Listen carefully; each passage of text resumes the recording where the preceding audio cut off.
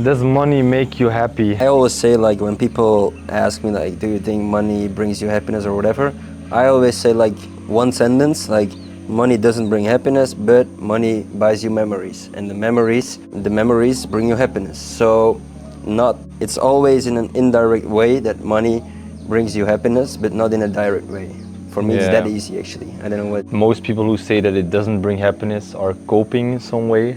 So I think it brings you happiness, like you told earlier, like it can help you to buy these memories. If you look at what currently brings you happiness, it's probably friends, family, going on a vacation. And even though you can say, yeah, but friends they don't cost money, but the ability to not work and have enough money or take vacation whenever you want makes it able that you see them more. So in some way, I think the thing of chasing money is wrong. So really focusing on making a lot of money is wrong, because there are a lot of guys with a lot of money that are miserable. That's also the thing we talked about with work-life balance a little bit. You can work 18 hours a day, be a billionaire, but you cannot enjoy life. It's of course totally up to what you want in life, but I think money can certainly bring you happiness, because all the nice things you can do, not even materialistic, but the ability to take care of your parents, make sure that if someone gets sick, that you can help them, that you can travel to these nice places, have a really good experience, because that's also what you see. A lot of people experience a country a different way or activities a different way because they don't have enough money to buy the ultimate experience. Yeah, it's how you look at it, because you can think about when you have a lot of money, you can do a lot of things for yourself. You can buy yourself things, you can go on vacation, you can do nice things, but you can also use it for other things. Like, we are very normal. We do not spend money on stupid things or whatever. We just take care of our money. And when we come into a situation like last month with our villa, like with the woman, the cleaning lady, her dad passed away. We asked her about not only about her salary, but also we asked her about her salary, and she told us what she's earning on a daily basis. And that was a moment that we were like, okay, we're going to give her some extra cash. And here in Bali, for us it's not a lot of money, but like just being able to just give her the little bit of cash. If you're traveling, let's say you're a solo traveler and you're really on a budget, maybe you would not do that. Yeah, we just want to give something back to her. Also for the butlers here, you were already saying me yesterday that we just want to give them something extra, just because them being nice people. Like I said, it's not big money, but it gives me, if we give something back, it gives us like validation that for them it brings them happiness. For them, they can bring food to the table. I have money, it doesn't make me happy, but if I give it to someone else and it can bring food to their table and it makes them happy, then it makes also me happy. So it's always in an indirect way that money makes you happy. So I think for me also there's like a barrier where you can spend things and be, let's say, more happy of something, because let's say you buy a very expensive car. After maybe 2 weeks, you will get very used to it. So you can, for example, buy a Porsche, or you can buy a McLaren, or you can buy even a fancy BMW or Audi. After 2 weeks, it will all feel the same. You will get used to the acceleration, you will get used to everything. When I was 17, I bought my first really cheap car. It was a car of 2 or 3K, and it worked. I was happy, I was smiling in it, I was super grateful that I had the ability to drive a car. But then around, I think now 2 years ago, I bought an Audi, which was much more like luxurious. Like the other one didn't have proper airco. Yeah, it just didn't work well. It didn't drive really good. It just took me from A to B. But I think that made me more happy, and every single day I'm driving that car, I still feel really grateful, and I feel like, okay, I'm so glad I have this. But the thing is, what do I need more now? I have good airco, I have good seats, the car has enough power to drive me around. Like, you could give me now a Porsche, I would be super nice for the first 2 weeks, but there's also a limit. And especially if I look at money, like currently the life we are living in Bali, which is not, there are people spending probably 5 or 10 times more than we are, but the experience you have, it might be nice for the first time you do it, but eventually you will get used to it.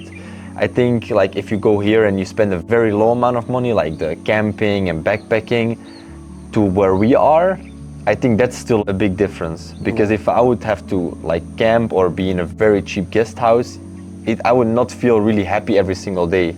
Like, of course, you can make extremely nice experiences, but still having that comfort and being able to spend that type of money is nice. But for example, being here now, okay, this is of course a very fancy villa, but even other places we stayed before, bro, if you have a good room, if you have good airco, you have comfort, whatever, you can upgrade to an extremely big villa. It will be of course very nice, but it will not change your life. Yeah, also like when you come here in Bali, you quickly realize that, you know, if you go to Dubai for a week, you spend 1K. If you go here for a week, you can live with maybe 200 euros. And then you realize, okay, what a life we have. Like, we have good food here, we have a good stay, we have nice activities. You can go surfing, which costs you €1, €2, yeah, exactly. whatever. And it makes you happy, it makes you feel free. So that's the point in life, man. For some people, they're only happy when they can drive the Porsche. For us, it's when we can ride a surfboard on the ocean. So life is it's all about perception. Yeah, like I think the most rich people are the ones that can be very happy in a low-cost situation. Yeah. They can be like these locals driving with ladders on their back and with the whole house built on their back on a scooter, and they can still smile. I think these people are more rich than the ones who need that fancy villa or need that fancy car to feel some sort of happiness. The biggest mistake I made when I started my business at 18 is I really struggled with like the shiny object syndrome. So I was always looking for the best thing, which made my focus go everywhere. Instead of really trying to focus on one thing and trying to become good at it, I was like doing this business model, I was trying this other business model because I thought, yeah, but I see other people doing good here. And then I switched again because I saw, yeah, after 2 or 3 weeks it was not working out. And I think the best decision I made then is say, okay, fuck all of these things. I'm gonna focus really hard. I'm gonna spend all my time on one thing, and eventually it succeeded. So I think when I see other people or they're talking about they want to start something online, is they're always doing trading, drop shipping, affiliate marketing. They're doing everything, and it's so extremely hard to like succeed in all of them at once. So I would say that's like a big mistake I made when I was younger. I don't know if you had the same. Yeah, exactly the same. I think until this point I've always tried like 3 or 4 things at the same time, always. And it's just because you don't want to miss out. Also, I think that when you're doing one business model and at that moment you see another business model becoming a hype or a trend or whatever, and then you think like, oh, if I'm too late for this, I'm going to miss out. And you think like, okay, but I can do this on the side. I will make time for it, you know? And then it's always like you want to get more and more. It's like the same when you have a car, you want a better car. And it's the same with this. Let's say you're doing drop shipping, you make 10K a month, and you're not satisfied with it, and you see someone trading on Instagram, and you see him making 100K a month, you think, oh, I need to do trading right now because he's saying that it works right now, and I can do 100K a month. But you're not going to make still the same 10K a month with drop shipping, and at the same time 100K a month with trading. It could not work. So you rather go all in on drop shipping, and maybe the next month you do 100K a month with drop shipping than going to combine those two. And I think it's very difficult also when you're young, you just want to try. And also, I wouldn't say this is a bad thing, because I had this syndrome, you also had it. It's like, we learn a lot of things, we have a lot of skills now. I can do marketing, I can do paid advertising, I can do some design, I can shoot videos, photos, I can do I know a little bit of trading also. You know, we know so many different things, and it's also an advantage, because when we're talking with people, we're networking somewhere, whatever, and they start talking about trading, we know a little bit about the topic, so we can talk about it with them. When someone is talking about marketing, we know what they're talking about because we also did paid ads. Yeah, it's how you look at it, but when you just want to succeed in one business, you just should go all in, because you only have 24 hours in a day, and that's what we're already talking about. It's even more nicer if you can do like 4 hours a day, and you can enjoy the rest of your day. And if you're combining multiple businesses, you cannot do that. No, exactly. But I agree with the fact, like, because I was doing multiple things, I also know a lot of these things, and if you're indeed talking to people, it's nicer to know something about their business model, know like at least what they're doing. I think when you need to start out, like if I would go back in time when I was 18, I would say, okay, just explore some of them really quick, just learn a lot about them, spend maybe max 2 weeks trying to learn about a few of them, and then just choose one. Because what I see a lot of people do, and what is very human, also I did it, is you try to get as much knowledge as possible because you think that that's going to help you succeed faster, or your success rate will be higher, but it will not. It will only start when you actually start executing and when you start just taking action, because the longer you wait, the longer you will see results. And I just see with everyone I talk to who I think will never become an entrepreneur is because they always say, yeah, but I'm just doing some research first, but I want to start a business, but I just need to find out if this works well. Bro, you're not going to start. And I think that's what made us sit here, made us eventually do online business or whatever, and still keep doing this after 5 years, because that's also the thing. Why I think a lot of people change is because the first phase of a business is really nice. Like learning all of the things, it's completely new, you're not seeing really results, but you're still learning everything, you're like in the learning curve. It's like starting a new single player game, like the first. Exactly, it's so nice, like bro, you see new characters, you're like, oh damn, this is nice.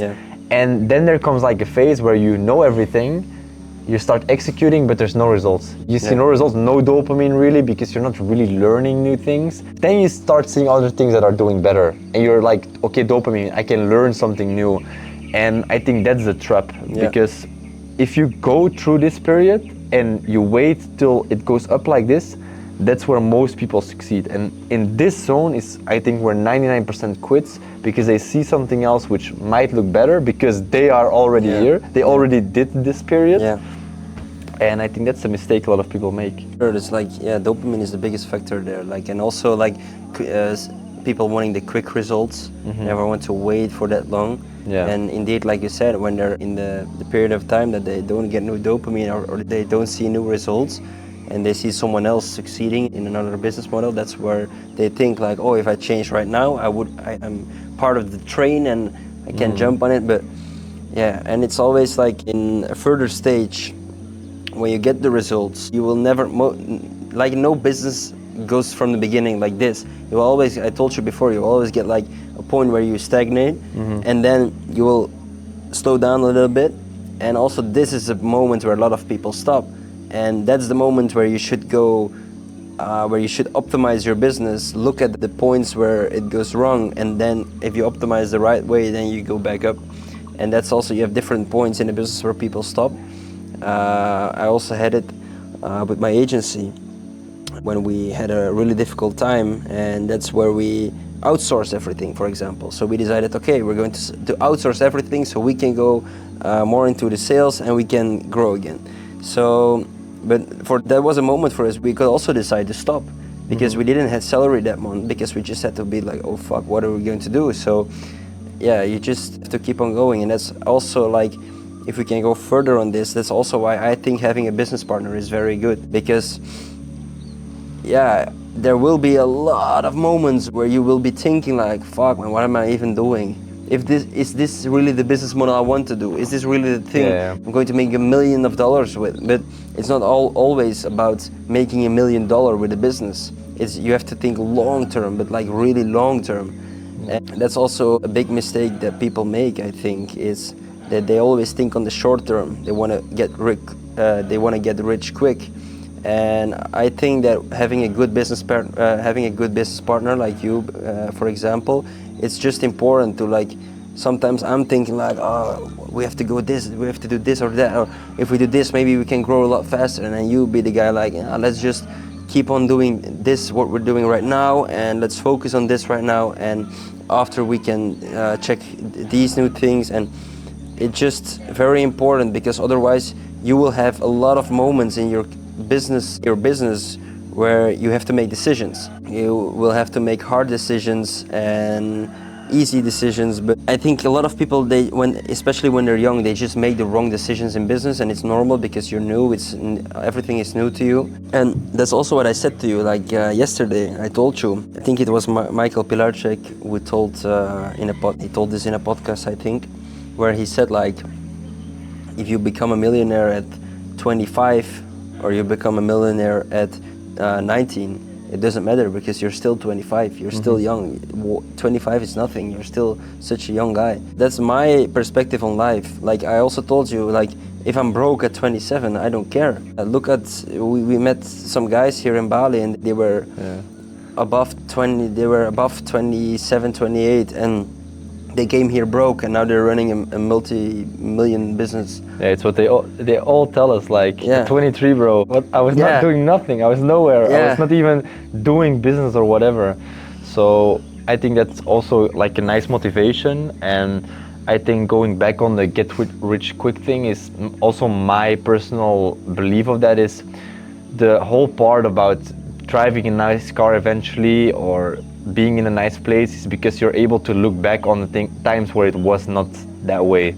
If you were born with 20 Ferraris and if you were born in $1 million mansion, but you don't care about a car, you don't care about the yacht because it's all normal, you don't care about retiring your parents because it's not needed, you know? Yeah. And I think the fact that we came from still a really good position, like there's people having really like much worse than where we started, but we still had to work our way up.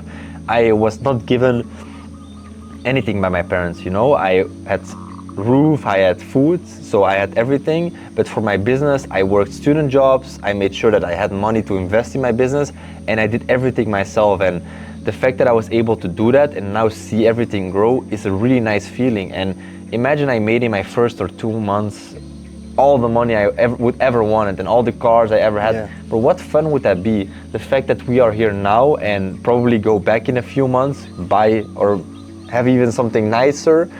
Maybe in like 2 or 3 years we go to a different location with even nicer stuff. Like the constant leveling up is what eventually makes you so much more happy. Yeah, it's all the... It's just all about the process. It's just all about the process, learning new things, meeting new people. You can get lucky and meet one guy and he brings you to the top and then you're at the top. Okay, and you're there solo, you have money.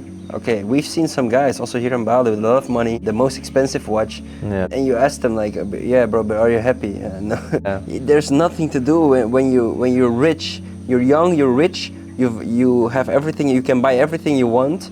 Okay, but what's the point? I don't even want that. Yeah, Okay, I can take care of my mom and some guys then, but what's the point? Yeah, exactly. That was actually a funny story when we were out somewhere and there was a guy doing, I would say, illegal business. It was just an illegal business. Yeah. And I asked him like, yeah, you're doing this, you probably make like a fuck ton of money, but how do you really feel from a scale of 1 to 10? Like, how do you feel in life? Are you happy with where you are? I said, and he said like, bro, I'm here, I'm level 0. He was so extremely depressed. Bro, he has probably like 100 times the money we currently have, but where is he, you know? And I think that's why, especially when I was 17, 18, I was also such a believer of I want to get rich quick and I want to have $1 million and drive a Lambo in 2 years or 3 years. And it's all nice and it's great you can achieve all of these things in a short amount of time, but what happens then? What happens if you achieve it? So much more grateful that it didn't go so extremely fast as we maybe thought it would, but we can constantly level up. We can come back next year, the next year after, and we constantly see ourselves growing. Sometimes you just take a step back like you told. It's normal. And I think the fact that we are also able to keep on going with the business and, like you said, to go through these very hard times is because we were also here. We were at the bottom. I can imagine if you were born very rich and you take over the family's company and you lose everything, bro, you're gonna be fatal, you know, you're gonna be so extremely depressed because you were not used to it. Bro, if I need to go like live with my mom till I'm 28, I don't care, you know, I was there the whole time. If I just wanna do a few jobs together to like supply my business, bro, it's fine. I'm not gonna be depressed about it. And I think that's the nice part. And I just feel like when I was young, I was always really focused on getting rich quick because I saw these online people, which is also now we have worked with a lot of people in the online space and we now know how fake everything is and how much everyone is pretending to be. They think it's a hype or whatever. They think that like, yeah, I'm the rich guy or I am the guru or I am the big entrepreneur, so I have to show it, and if I cannot show it, I will fake it. But that's like, Bro, we, like the two guys we met here, the big entrepreneurs, where you cannot even see it on them. Yeah. You cannot even see it that they have money. We went to their house, bro. They live on a fucking farm with Yeah. chickens. I love that. It's crazy. The best entrepreneurs that he knows and his closest friends are also humble. I think it's the most important part of being a good entrepreneur is just being humble and just not trying to flex or whatever. And I also still have to learn it. Like for me, for myself, sometimes I post something and then I think like, yeah, but why am I posting this to show the rest of the world that I've made money or that I have something, or is it just because this is my lifestyle? You know, like. Yeah. And yeah, that's just like you have to be sure that what you post on social media is not what you want people to see, but just what is the real you, because otherwise Yeah. people will meet you in real life and they will quickly realize that you're all a fake. different person, a whole different person. I think like one of the most beautiful quotes is, are you climbing a mountain for you to see the world or for the world to see you? And that's like a really, Wow. really good Yeah. one, because it's so true. Everyone keeps on posting a different reality than they're actually living because they want the world to see them. They're not interested in just being themselves and trying to see what is out there, but they're just so focused on being on top of the mountain. Yeah. So other people knew they climbed the mountain and not that he just did it for himself and has the experience. And especially in this, I think when we were 17, 18, you had a lot of figures which we looked to, like Andrew Tate and Iman Gadzhi, all of these type of guys, and a lot of people joined after, and they have a lifestyle which is pretty hard attainable, but everyone makes it seem like it's so easy. Stage where we are currently right now, we maybe not have a Lambo, but you also have a lot of experience. And I think a lot of people that make like a crazy amount of money in a few months with maybe crypto or investments, what skills do they really have? What skills do they really bring Yeah. at the table? Like, Bro, okay, nice if you were lucky, but do it 10 times. Yeah. Do it till you're 60 or 70 years old. And that's what really shapes you in the end. That's crazy because we both know some mutual connections and they have a fuck ton of money. And when you talk to them, bro, they don't even have brain cells. They cannot communicate. You cannot have any deep conversation with them. Yeah. There's like nothing inside them. They just have money and that's it. Money is their personality. Yeah, I think having skills and having memories and having the lessons and the roadmap is the most important part, man. And that's why also you told me before, like, we're still 23. We have so much memories to make, and you can, like you said, like we don't have a Lambo right now, but look, we're also not rich, but we are here in Bali. We're making memories, making connections. We can pay for the stuff that we need, and that's what it's all about. For now, I don't need more. Like Exactly. okay, of course, my goal is to retire my mom. For me, that's the most important thing, but she can wait. You know, if it's now or if it's within 2 years, it's the same, you know. Okay, you need urgency in your life. You need to do everything that you execute. You need to do it with urgency, because otherwise you're just becoming lazy and you're just going to procrastinate things. So you need some type of urge, but you also need to enjoy the roadmap. You also need to, you know, like people always say, like work harder, do more, lock in, this, that, lock in for 2 years, 3 years. Bro, if you lock in for 2-3 months a year and the rest you do more chill, it's also good. You don't need to force everything because someone is saying that you have to. I think also just more focusing on knowing that it will eventually happen. So just knowing that, like you said, retiring your mom, it will happen. And the fact that you are then starting able to think like that, it gives you so much more peace, because if you start thinking about, I need to retire my mom in 1 year, and then it does not work, it will give you some sort of negative feeling. Yeah. I started doing this when I was just starting. I need to make this amount of money, I need to buy this car before this age or whatever, and if it then doesn't work out, you start being more demotivated, you start being like, I don't know if my skills are really that good. And now I just start looking at, okay, I just want to I want to retire my mom at a certain age, I want to drive a nice car at a certain age, maybe have this and that. And I know it's gonna work It out. already happened, and you know you're already there. So you know that I have the car. I retired my mom. Exactly. So that's why we have so much peace in our minds right now. Because It's gonna happen. Yeah. It's just when and in what Yeah. way, and that's something you'll figure out along the way, because you might think you've figured everything out. When I was 16, I thought I was gonna study biology university. I thought I was gonna do a job for 40 years. I was so extremely convinced. 1 year later, I thought, yeah, I don't want to do university. I want to do like with food and dietary things. Yeah. Then I switched to sports. Then 1 year after doing that, I started a business. Then I dropped out of school.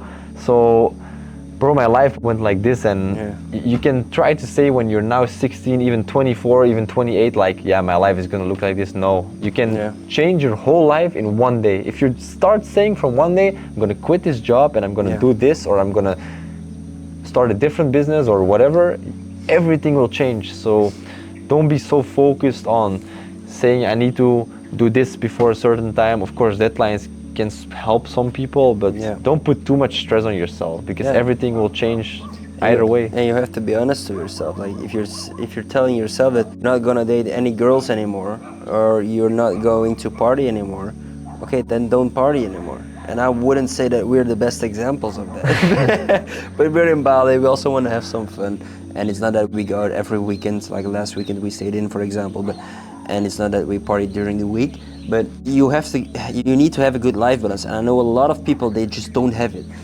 I know some, especially also some girls, and they cannot be honest to themselves. And then you just need to work on that. Like if I say tomorrow I stop drinking, then I stop drinking, easy. And you've seen it before this holiday with some things, and it's just easy. But you have to be honest to yourself, and you gotta know where you want to be in life. And if you cannot think like I want to retire my mom, okay, it already happened. And then if you're doing the wrong actions during the day. I think just coming back on the thing we were talking about, being yourself, and that all of these people are fake online. Best experience and the happiest you're ever gonna be is if you know at the end of the day about what you're showing online, what you're saying to people in real life is really a reflection of who you are. I think then you are one of the richest person, of one of the happiest person I know. The fact that you need to pretend to be someone else, that feeling is crazy. I've had some times in my life where I try to do it, where I try to be better than I actually am, and bro, you can't sleep at night. You're like, bro, I just told someone I'm this or that, or I told someone I can do these certain things, and you know actually you can't. That shit eats your life. So never pretend to be better than you are. Of course, sometimes you can leverage it in deals or with girls or whatever. But if your whole life is a lie, you will not sleep. And 100%. I just want to know because you always have really good opinions on those topics. So I just want to know, bro, like, what is your opinion on running a business or traveling? You know, those type of things while having a girlfriend. So looking back at, I started my first business when I didn't have a girlfriend, because I'm the type of guy who has a breakup, and then instead of going out and partying and being a slut, I focus really hard on myself, and I lock in for a very hard time because I have nothing else to do. I'm really in a bad state, whatever. So that's when I usually started my business, my social media. But there were times where I had my business and I had a girlfriend at that time, and for me, what's most important is having someone who brings you peace. That's very important for me, because running a business, it's constant chaos. You have always stress, things happening to you, and I needed someone when I was working the whole day, where I could chill in the evening, just relax, lay back. And I think just looking at what you told me, what is your opinion about having a girlfriend and having a business? It's about having the right person. If you have a good girlfriend, then it's really good. Then it's perfect, actually, from my example, because I had a really good work-life balance. I worked the whole day, then I spent with my girlfriend, and then sometimes in the weekend we did something nice. Sometimes we took some time off, but I also experienced some times where I had a different relationship and they were giving me so much stress. And then you are doing your business, you start hearing these things like, yeah, but you start giving attention to your business You and work not too to me. much. You're not replying too late, and bro, that shit is a headache. Like, Yeah. if you start a business or if you're in a business and that's your girlfriend, not supportive, being a headache, like, yeah, but you don't give me attention. Or I used to do then business with another friend of mine. Yeah, but you're always with him more than when you're with me, bro. We're trying to make money. It's eventually also the money you will live off, and Yeah. that's my opinion. With the right person, it's really good and it will help you, but the other person can break you down so Yeah, easily. and it's okay for your girl to speak out loud that she wants to spend more time with you. It's okay. You can tell me. Like if I have a girl, you tell me I don't spend enough time with me. You can tell me once, and I will try to speak to you, and I will talk to, and I will try to understand you, and we can look at, okay, but maybe we can block 2 days every single week where we can spend that, whatever. You know, also you always need to work in a relationship. You know, Yeah. if your girl is saying to you that she wants more time with you, then it's something that's bothering her. She also needs to understand you cannot work whatever 40 hours a week on your business. You need more. So it's really important, like you said, that having someone supportive, having someone to understand your business, support your business. Yeah. Because if she does not support your business and she also does not value your time and she wants more time with you, then then she's not supported, and then what does she bring into your life? Yeah. And I think it's just important to have the balance in a relationship. And also, we're still very young, so for us, it's also, I also had a relationship before, and it's just trying, testing what works, what does not work in a relationship.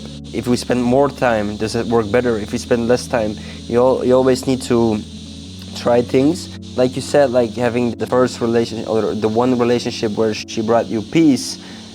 For me, it was the same. Like when I also had some weeks where I worked so much, and then one day in the weekend I was like, okay, let's go to Antwerp or let's go to Maastricht. We're going to have a nice day and let's just chill. And those days really brought me peace and relieved all my stress. But at the other point, like if your girl is not happy with the time that you spend with her and she wants more time with you, and you're always hearing that, and it's literally coming to your mind all the time, and you cannot focus.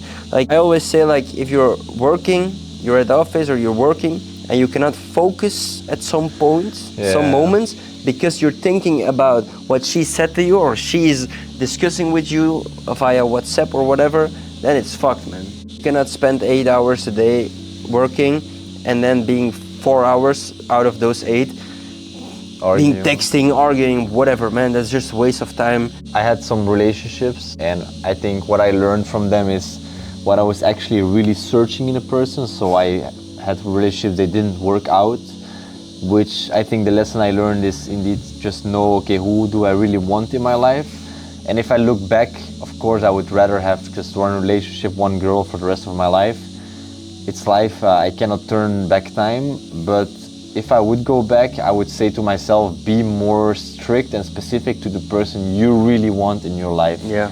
What I made as a mistake is I saw some, let's say, red flags, some things I did not really like about that person, but I was like, okay, but let's say 80% is good, but there's like a 20% thing that would actually really bother me. But maybe they change, maybe someone will change and it will work out. But what I learned the hard way is people never change. People might pretend that they're doing better for a certain amount of time because life is just being good. It's summer, they maybe lose some of their bad habits, but when time gets worse, and it will, everyone will have a time in the year where they go bad, or when they feel sad, they will always return to their bad habits. And I just think when you're meeting someone, really spend your time trying to learn who they really are. Look at the bigger picture, not just at, is it gonna be fun on dates? Look at, okay, but I'm building a business. This is the life I eventually wanna create. Does that person fit in like a puzzle piece into mine? Yeah. And if there's even one or two things that are, I would say, major, like if it's a small thing, bro, okay, if he doesn't like broccoli and you're having a hard time over it, who cares? But if it's like, let's say you don't like that she goes to parties, or that she dresses a certain way, or that she speaks not in a respectful manner, bro, if it's even one thing, say, okay, fine, you're a really nice person, but I don't think this is gonna work out in the long way, because it will save you so much time. It will save you also a lot of mental things. Like if I now also go in like a conversation with girls, I'm in the beginning always like, yeah, this is probably not for long term, because I already had bad experiences. Yeah. I'm not saying that I was the perfect person all the time. I also learned to be a better boyfriend, to be a better person in a relationship, but that's just really a big mistake I made. Accepting people for who they are, even though I knew they were not gonna fit in my lifestyle. Yeah. It's something I would change 100%.